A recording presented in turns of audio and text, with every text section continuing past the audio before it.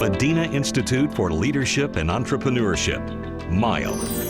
Confirm, so you can see a big title slide, 3 keys to unlock engagement, right? This is what we are seeing right now, sir. Yes. Wonderful, wonderful. Well, I hope everybody, I want to thank you for your patience as we worked through that little technical glitch. And again, good morning or good afternoon, depending on which part of the world you are in.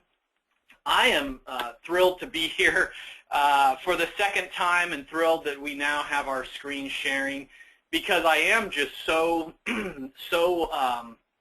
passionate about this crazy topic of employee engagement. And you know, most people, when they hear that I talk about engagement, they assume that I'm a human resources professional, you know, an HR professional, or maybe a college professor or organizational development psychologist. But I'm none of those things. Not that I have anything against them. I come at employee engagement really as a practitioner, as an everyday manager, as an entrepreneur, as a business leader, someone who, you know, is faced with wanting to do right by my people, but also being torn by all the things on my to-do list and all the emails in my email box and the pressures for profitability. As in the kind, a very generous introduction, you heard that I actually started and sold, you know, several multi-million-dollar businesses, but it was my failure early on that led to my discovery and now love for engagement, because my first businesses did not work out, and I had to shut them down, complete failures, because I always thought I was the smartest guy in the room. I thought I had all the answers. I didn't appreciate the people on my team. And when I really figured out that success is all about talent, all about the people, I just started spending more and more of my time on the people stuff and less on the business stuff. And ironically, the better the businesses all did. So that's how I come at this, from a very different standpoint. And I think, I'm not sure how many of you will remember this, this crazy guy. You can see, if you look at his ID badge, maybe that will give a hint. This is Steven Slater. And a couple of years ago, he made worldwide news when he did something very crazy. He was a flight attendant for JetBlue Airways, and he had a bad day at work. The story goes that he had a fight with the passengers, he got bunked on the head with a suitcase, and he just was so angry that when they landed in LaGuardia in New York, he grabbed the microphone and yelled at all the passengers. He even grabbed 2 beers out of the refrigeration tray, and then he deployed the emergency chute of the airplane, and he slid away in what was probably the most famous, you know, job resignation in history. Steven Slater.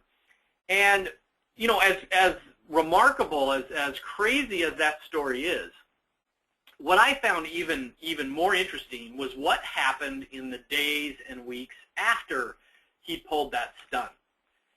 And so it happened in New York, and New York newspapers are sort of famous for being outlandish and trying to be funny. And you can see on this slide, you know, that people are making fun of him at first. You know, they called him a freakin' flyer instead of a frequent flyer, and said he was plainly nuts. And people, you know, really were talking about how what a bad thing he was doing. But then very quickly, you know, Steven Slater, he trended to the top of Twitter. He got 200,000 Facebook fans within a couple of days. All of a sudden, people started selling shirts and merchandise that celebrated Steven Slater. I slide for Slater, quit your job with style. And the news stories actually changed, and they said, I can remember one I saw that said, Steven Slater, criminal or working class hero. Now here was an employee who, through his action, he damaged the JetBlue brand. Everyone was making jokes about their, terrible service. He insulted the customers. He, could have hurt someone that was on the ground when he deployed the chute. There was a safety problem. And yet, all of a sudden, people were starting to think he was a working-class hero. And the reason why is because this crazy flight attendant incident all of a sudden brought to our everyday conversation and awareness the cold facts that the HR professionals know, and those of us who do follow the research, that only 1 in 3 people worldwide are truly engaged at work. Only 1 in 3. And let's set aside that engaged term. If you say, well, are you at least just satisfied in your job? Are you satisfied? And according to the Conference Board, only 45% of people in 2010 were satisfied, and that numbers remained fairly stable. And it wasn't just because of the 2008 and ongoing recession. You can see it's just gone further and further down for the last few decades. So this is a crisis. This employee engagement crisis. But before I go further, let me pause and make sure you all know what I mean when I talk about employee engagement, because I know different people use a different terminology for that. So first, let's talk about what it isn't, what it's not. Employee engagement is not the same as being satisfied at work, because you could be satisfied and show up right at the starting time, say 9 o'clock in the morning for your job, and you could be satisfied as you take your breaks and your lunch time, and you can be satisfied as you go home as soon as you're allowed to go home. And you could be satisfied and still take those calls from recruiters or competitor companies that are trying to lure you away with just a little bit of a raise. So satisfied isn't enough. Now, happy, some people think employee engagement is about making people happy. And there's nothing wrong with trying to make people happy. I hope people are happy at work. But happy is also different, because we all know somebody probably in our company that they always have a smile on their face. Maybe they're even whistling or singing a tune as they walk through the hallways, and they're the first to try to organize the fun parties and things. But it doesn't necessarily mean that they're working hard or that they're focused on the company's goals. You can be happy because you have an easy job and you like it, that you don't have much to do. You can be happy because you're secretly playing a game on your smartphone, under your desk. So it's not happy, it's not satisfied. What employee engagement is an emotional commitment to your company and your company's goals. You're emotionally committed. You care. And when you care about your company's goals, you give discretionary effort. You go the extra mile, as they say. So if you are an engaged salesperson, you're going to sell just as hard on a Friday afternoon as you would on a Monday afternoon. If you're an engaged computer programmer, you're going to leave that software module cleaner than when you found it. You're going to comment your software code so that those who come behind you will have an easier time understanding the module. If you're, let's say, in manufacturing and you're fully engaged, you're going to produce more widgets faster and with fewer defects, and you're going to have fewer accidents and safety problems. So employee engagement is that sort of magic potion that leads to extra effort and attention at work. Now, I view this, because only 1 out of 3 people are engaged, giving us their all. This is a crisis for business, but if we can fix it, it's also an opportunity. What do I mean by that? Well, my favorite business case study is actually related to Campbell's Soup, who most people around the world are familiar with the brand, if not the product. over 100-year-old company. They're in 150 countries around the world. And back in 2000, their sales were actually declining, and they lost half their stock market, price, their value, in just 1 year. They were told that their employee engagement scores were the worst of any Fortune 500 company ever seen. So the board, they fired their CEO, and they brought in a guy named Doug Conant. And Doug actually just retired a couple of years ago. And, everybody, imagine you are in Doug's shoes. Everybody wants to know, what are you going to do to turn this place around? I manage a giant retirement stock fund. We own a lot of Campbell Soup stock. We just lost half our value. Doug Conant, what are you going to do to turn this place around? Why shouldn't I just sell the rest of my stock? Newspaper reporters were bugging him for an answer. Employees, imagine the pressure. Hey, we look like we could be going out of business. What are you going to do to turn the place around? Why shouldn't I go and work for the competitor right now? So most turnaround CEOs, because of that pressure, they do big things. They'll sell off a division, or they'll buy up a competitor. They'll enter new foreign markets, or they'll retrench to save money and exit certain countries. If they're organized in a centralized fashion, they'll decentralize. If they're already decentralized, they'll centralize. What are you going to do as CEO to turn it around? Well, Doug Conant finally gave everyone his plan. And his focus, he said, to win in the marketplace, you must first win in the workplace. And I'm passionate about keeping employee engagement front and center. Boy, that took everyone by surprise. You could almost hear the silence from inside Campbell Soup and outside. Where's the big strategy, Doug? What are you talking about, employee engagement? We're a 100-year-old company. We're not some exciting new startup. We're located in Camden, New Jersey, which is a horrible, depressing, impoverished area. We're not in sunny, California or a European capital or beautiful capitals around the world. What are you talking about? And Doug knew that employee engagement, it comes from your culture, not the location of your building. It comes from your people and has nothing to do with how old your company is. It doesn't even have anything to do with your product. I mean, they sell soup. It has everything to do with leadership and creating a culture that empowers people for engagement. He believed in it because he knew about things like what the corporate executive board calls the 10-6-2 rule.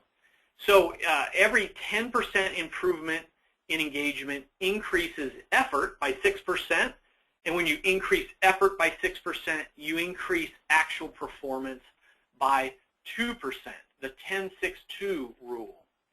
He also knew about what's called the 10-9 rule, so almost a one-to-one correlation here.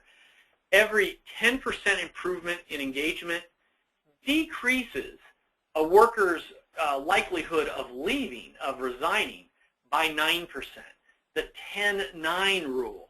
Doug Conant knew about these triggers.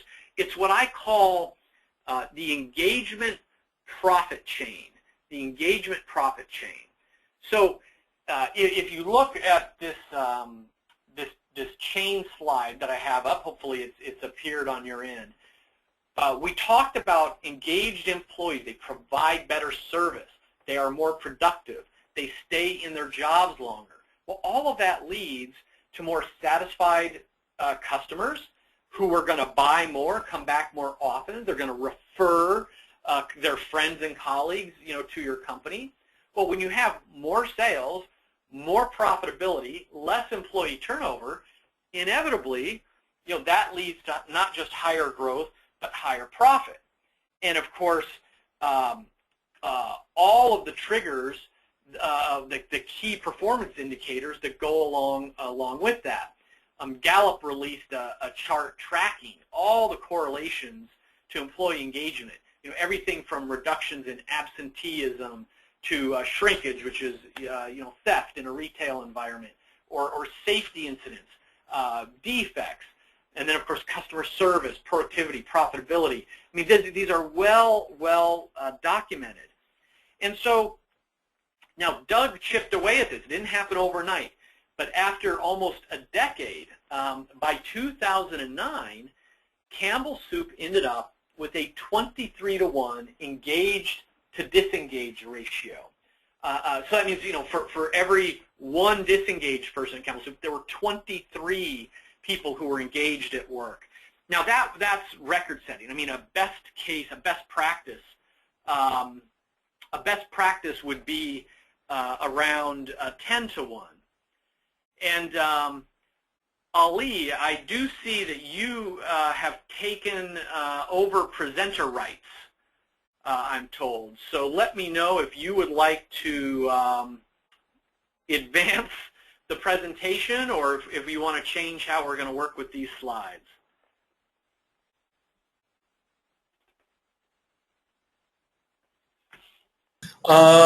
Kevin, can you hear me? No, it looks like it's okay. I think there is some interruption in between. It gets disconnected, but I can see your screen right now. Okay. Can you? I've just advanced to a slide that has a bar chart that says 5 times higher in red type. Let me know if you see that, because I've advanced the slide, but it says I am no longer the presenter. Okay, we are seeing the engagement profit chain right now. Yeah, I advanced my slide past that. You are the presenter. If you want to hand the presenter rights back, we can try. I'll try to take them back. No, I mean it's saying you are the presenter somehow at my end. Okay. Move forward. So Campbell Soup, they not just got that 23-to-1 engaged ratio. It's supposed to be about the business, right? Well, their total shareholder return over that time period was a positive 30% compared to an S&P 500 result, the larger stock market result of negative 10%. So they outperformed the stock market fourfold. Now, this isn't just one isolated case. The Conexa Research Institute, looked at this same phenomenon, and they found that companies with an engaged workforce had a 5 times higher shareholder return than the disengaged companies.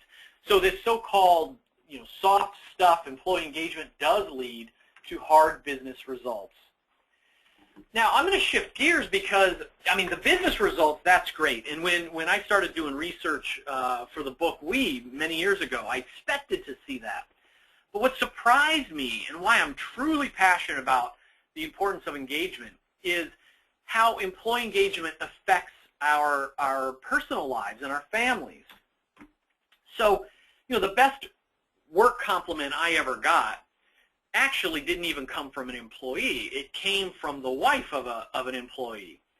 We were having an end-of-the-year holiday party, and it was after work into the evening, and the spouse, she came up to me and said, Kevin, before we go, I just wanted to grab you and say thanks. And I thought she was thanking me for the party. And I said, oh, it's great you could make it. We had such a good year.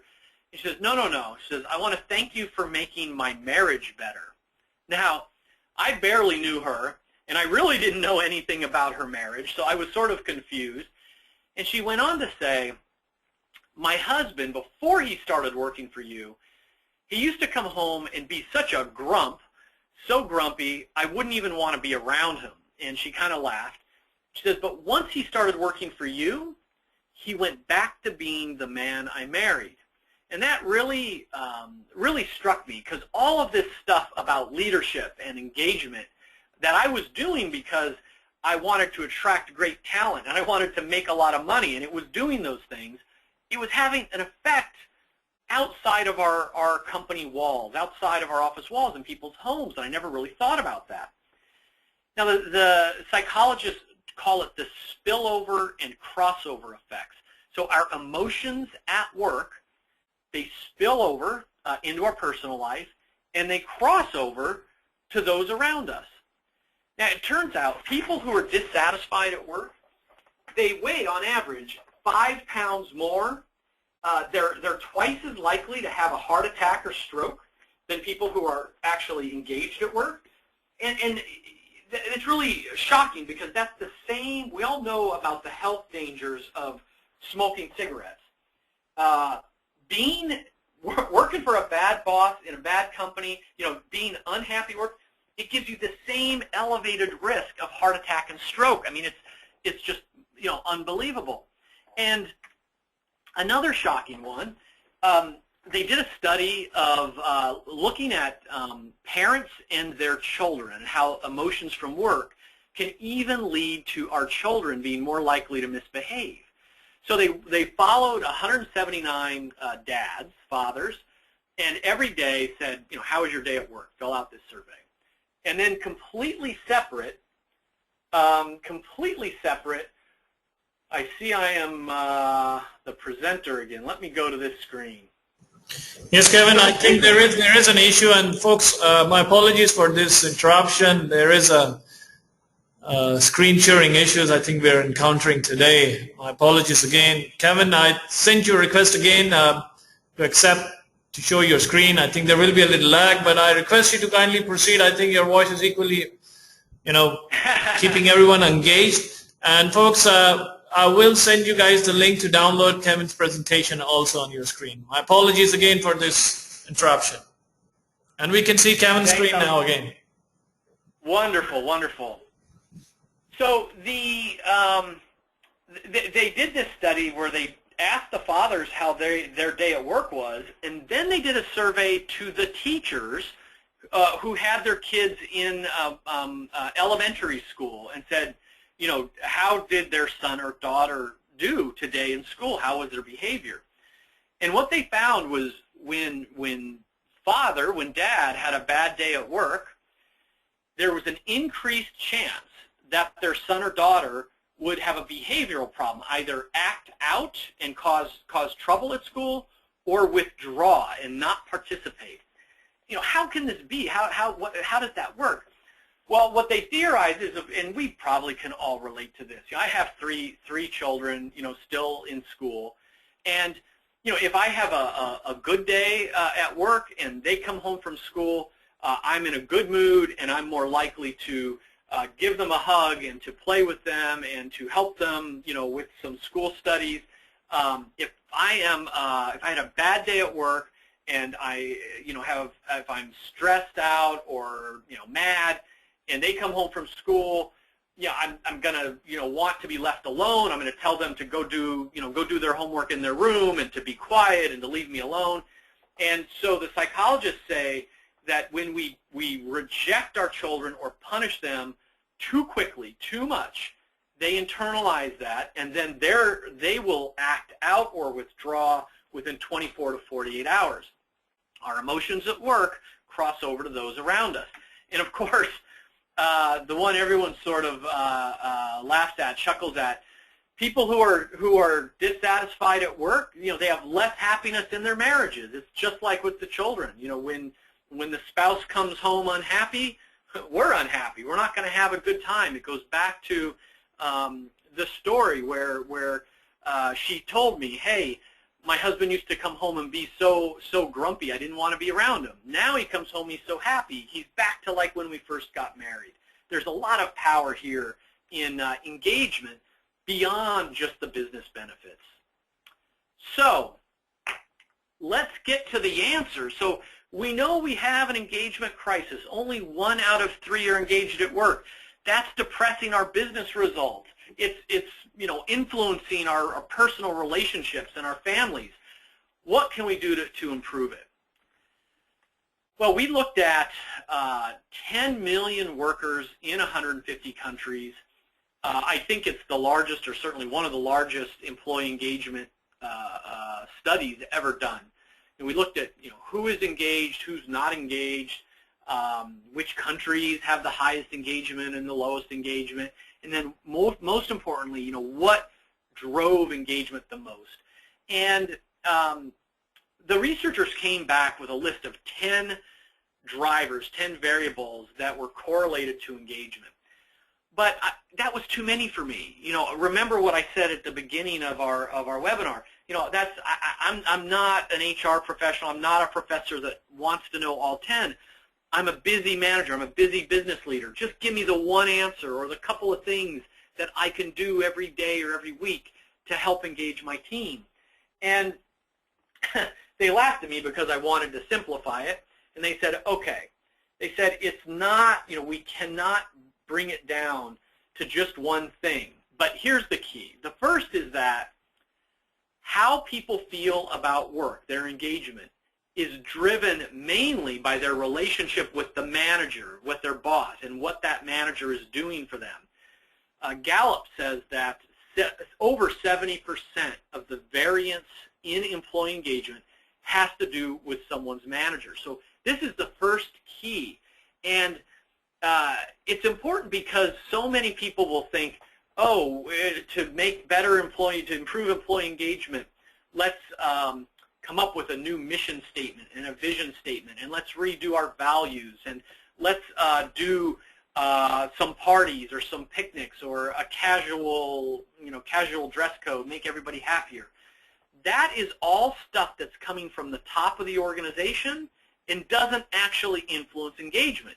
And where we can see this easy is any large company that has multiple geographic locations. So, you know, it could be a fast food restaurant like a KFC that's got restaurants all over the world, or it could be a Walmart, and, you know, any kind of a retail thing. And what you'll see is there's an overall engagement score for the company, but then when you look at store by store, restaurant by restaurant, you'll see, you know, 4.8 out of 5, 4.7 out of 5, 4.8 out of 5, 2.5 out of 5 in one store. Whoa, same CEO, same mission, vision, values, same training, same employee screening program, same benefits packages. What's different? The store manager. The store manager is different. So this is the first great truth, that the secret to increased employee engagement is giving new skills and behaviors to the managers. It's a frontline manager problem. Now, how can managers, what do we have to do as managers, as leaders, and we are all leaders, what do we do to drive engagement? Well, here's the top three. It's growth, recognition, and trust. So growth, I want to feel that I'm either actually advancing and you know, getting new titles and promotions, or at least that I'm being challenged on the inside. I'm improving on the inside. Recognition, I want to feel appreciated for my efforts and my results. And trust, it isn't that, it's not about ethics where I trust that you aren't, you know, robbing me. I mean, that's the basic level, is we're going to assume, you know, that you trust your boss, your leader, your company. This is about trust in the future. It's like a future confidence. I trust that our industry is a strong industry. I trust that our company has a bright future. I trust that my job is secure and that I can advance here in the company. So growth, recognition, and trust are really the three keys. And as a leader, well, and let me pause. Whether you have direct reports or not, whether you're an official manager or not, you are a leader, because leadership comes down to influence. And so, you know, you remember the emotions, our emotions, and what we do, it's contagious, the spillover and crossover effects. So whether you want to be a leader or not, you know, what you say, what you do, or what you don't say, what you don't do, influences the people around you, the people on your team. You are a leader in your family, whether you want to be or not. You can choose to speak up and say certain things to your children, or to stay silent, and they will take one course of action or a different course of action. You can let your spouse know about your feelings and your issues, or you can keep them in. And those, either way, is going to have an impact on the relationship. So we are all leaders, whether we want to be or not. And if you just remember these three drivers, it will help you to engage, to motivate, to build the morale of those around you, even if they don't report to you. you can think of these three drivers. I like to think of them as like dials that you can turn up or down.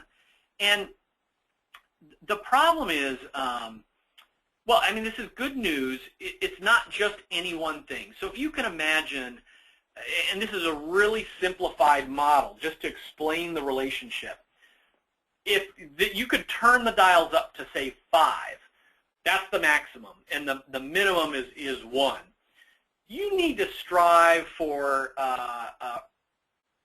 you know, overall, you want overall, your goal should be for a total score of like 12. You know, you want you want them, all those dials to be at a 4, or if one dial is a 5, if growth is a 5, it's going to be okay if recognition is only a 3, because you're still hitting that threshold. And the reason why this is important is, you know, what's the time when engagement gets hit the lowest? Well, it's usually when there's been layoffs, people have been fired in the company, or when there's a merger. Boy, you know, our company was acquired by someone, and now I'm feeling scared, concerned, you know, and it's because that trust dial is being turned way down. You know, I thought I trusted my company and my job, but we just laid off employees. What if I'm next? That trust dial goes down. I thought I knew about where our company was going and what the year was going to look like, but now we just got bought by our competitor. I don't know the future. My trust dial just got turned down. Well, if you're trying to lead a team when the trust dial's been forced down, it's out of your control, that's when you need to turn that recognition dial way up. It's more important than ever before to make them feel appreciated for what they do. Within your ability, it's important to turn that growth dial up. Hey, the future might be uncertain, but here's some things we can do to get ready for the future, whatever it is. Let's go do this training. Let's go do some learning. Let's talk about different career paths in case one door closes. So as one dial turns down, think about turning the other dials up. And, you know, I have a terrible memory. So I came up with this little acronym, this word GREAT, because, you know, I say great leaders focus on growth, recognition, and trust. You know, if you look at the first letters of growth, recognition, trust, it sort of spells the word great. So that's how I remember every day. Great leaders focus on growth, recognition, and trust. Now, I want to spend just a couple more minutes here to dive deeper into each of these drivers to give you some ideas on how you turn those dials up.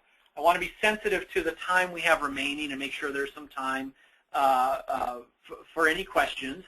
Let's talk about growth for a minute. Companies get this wrong because too many times, the only times people get feedback is with their annual review.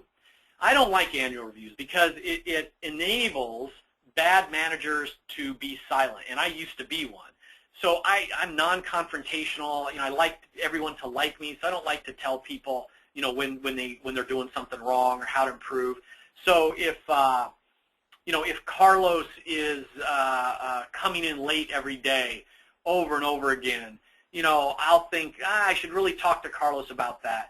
But he's got his annual review in 6 months. I'll just make a note and tell him at that time. And then it's a month later, and Carlos is maybe he's a programmer, and maybe he has too many bugs in his software. He's getting sloppy. It's really disappointing. I should talk to Carlos about that. But you know, he is a valued employee, and I don't want to hurt his feelings. I'll just bring it up when he has his annual review in 5 months. That's the completely wrong model. So you want to think about going from feedback to feed forward, meaning what kind of information, what kind of coaching can you do all the time, in real time, that lets someone know that you are helping them to create a brighter future. It's not so much feedback on the last year. We're communicating and working together on forward performance. So I really changed my view on this when I saw this data. This is, again, from Gallup. You know, if a manager, if you're going to focus on someone's strengths, let them know when they're doing a good job. Let them know what their strengths are. That's the best thing. If you're doing that, you're going to get 61% engagement level. That's really strong. But look at this. Even if you just only coach them on their weaknesses, hey, you're doing this wrong, you could be doing this better, you got a blind spot here, you're still getting 45% engagement. That's better than the 1/3. Here's the magic. When a manager gives no feedback, engagement's 2%. This is the aha. People would rather be given negative feedback than no feedback. Because when you give someone no feedback, when I ignore Carlos for a year, I'm not doing him any favors. He's not thinking, Kevin's a nice guy, Kevin's great, Kevin's not saying anything bad to me, Kevin's my friend. He's saying, Kevin doesn't care about me. Kevin's ignoring me. Does Kevin even know I exist? How come Kevin never talks to me about my job or my career? So try to focus on the strengths as well, but it's important to be giving feed forward at all times.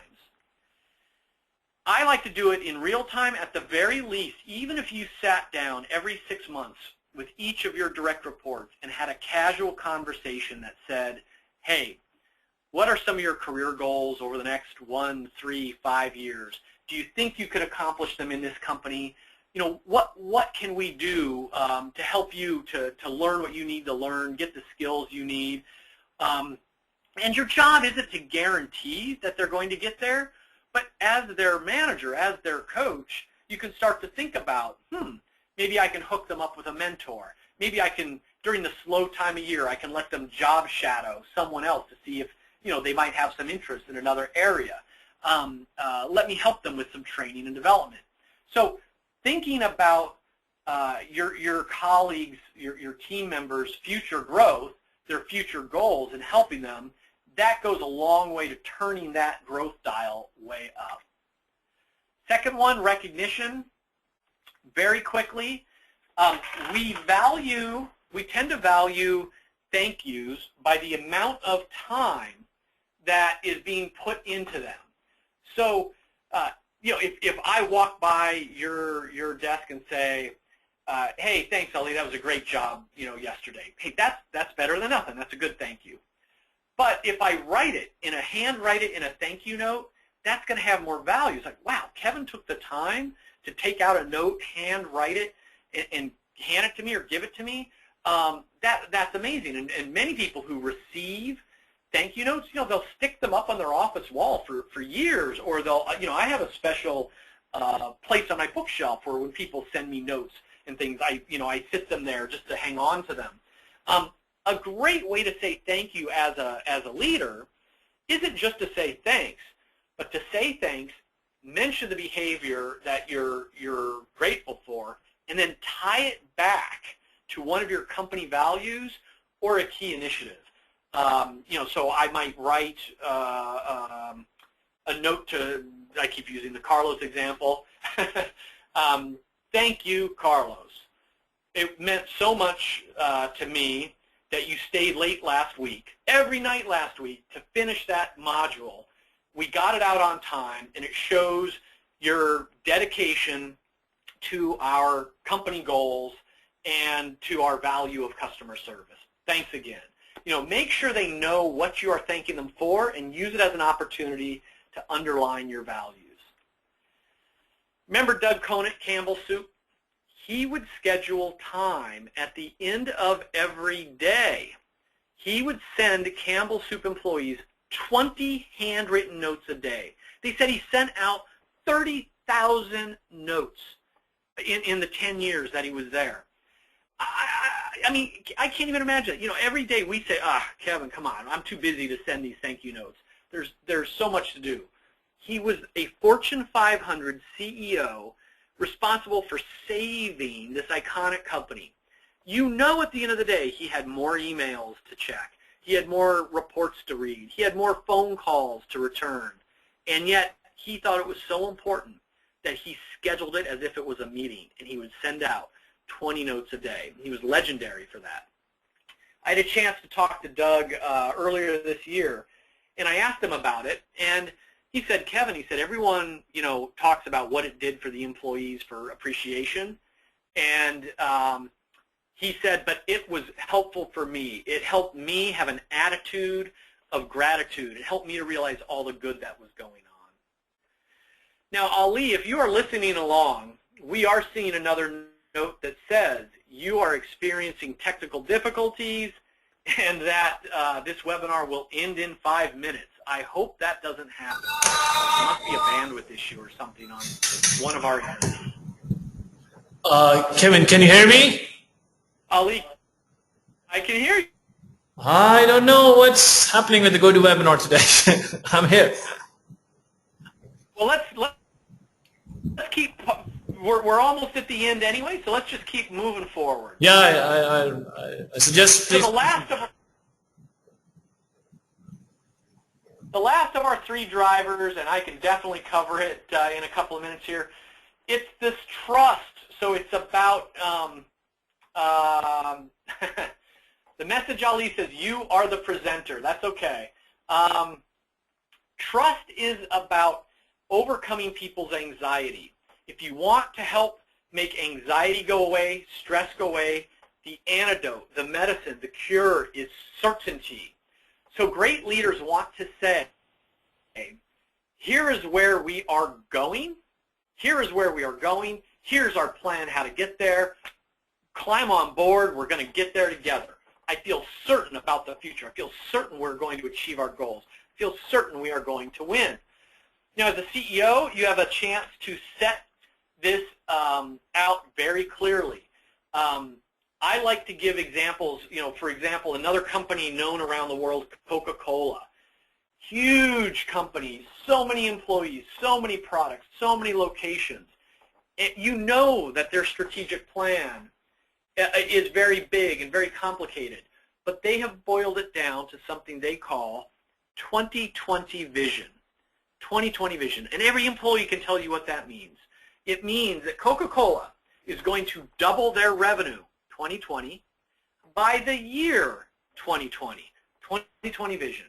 So even if I am a Coca-Cola truck delivery driver, or I'm stocking shelves, again, I might not know what all the details of the plan are, but I'll know that Coca-Cola does have a plan, and we're doubling our revenue, and 2020 is going to be a great year. I have certainty and trust in the future.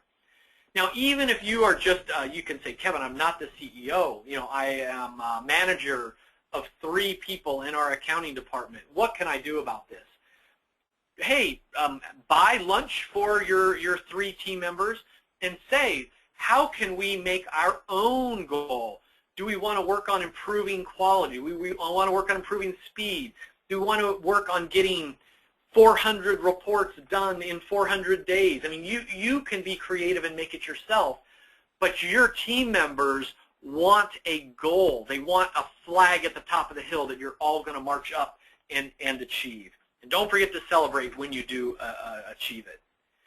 Ali, this I think is a good time. I'm on the Q&A slide on my side, so the core material is done. Why don't you let me know if we have any questions or if you'd like to wrap things up.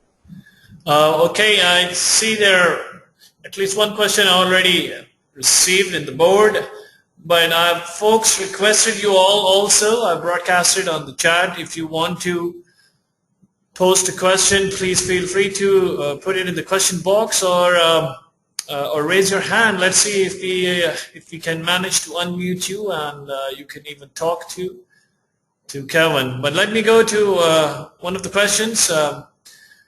Kevin, you can hear me, right? I can, yes. Okay, there's one question there's so far posted in the board is, why do you think organizations lack on rational engagement, which is essential to demonstrate to employees the organization's commitment to appropriately reward their effort? Yeah, see, this is, I get questions, similar to that all of the time because, the question is, why aren't more companies doing this? If it's so powerful, why are only 1 out of 3 people engaged at work? And I think when one of my newer books is called Employee Engagement 2.0, because I do think there were problems, there still are problems with the way people think of traditional employee engagement. So, most companies and most executives, I think it goes back to the definition. They hear employee engagement and they say, oh, this is just about making them happy and satisfied. Our HR professionals, we do a survey every year or two, and we gave them an extra, party in the summertime, and, have better benefits. We're doing that stuff. They don't truly understand that engagement is about that emotional commitment, giving discretionary effort, and they don't understand that the answers, the solutions, aren't going to come from the C-suite, the high levels. It's going to come from the front-level managers. So the managers, the only way companies like Campbell Soup, make progress is they say, if you want something to improve, you have to measure it. So you have to do an employee engagement survey, and every manager has to be given their own score. So I'm going to see, okay, here's the whole score for Campbell Soup, Coca-Cola, whatever the company is, and then here's Kevin Kruse's score. Kevin, you manage 5 people. Your overall score is a 3.8. Our average score is a 4.0. You are below average manager in our company. And all managers are required to share our survey results with your team members to brainstorm how we can get better. So I should action plan with my direct report, say, okay guys, the good news is our company score is very strong, 4.0 out of 5. And we're okay, but our team score, my score as a leader, is 3.8. Now let's look at this. You say I'm doing a good job on communication, but what else can we be doing to improve this score? And let the ideas come up from the other people. Okay, folks, we have another question in the box, but let's try to see if you can raise your hand. We might as well give you an opportunity to speak to Kevin. I understand there has been some lag in the screen sharing issues, but let's try to see if we can continuously to keep ourselves engaged. I'm glad to see that none of you have dropped out. Madinah Institute for Leadership and Entrepreneurship, MILE.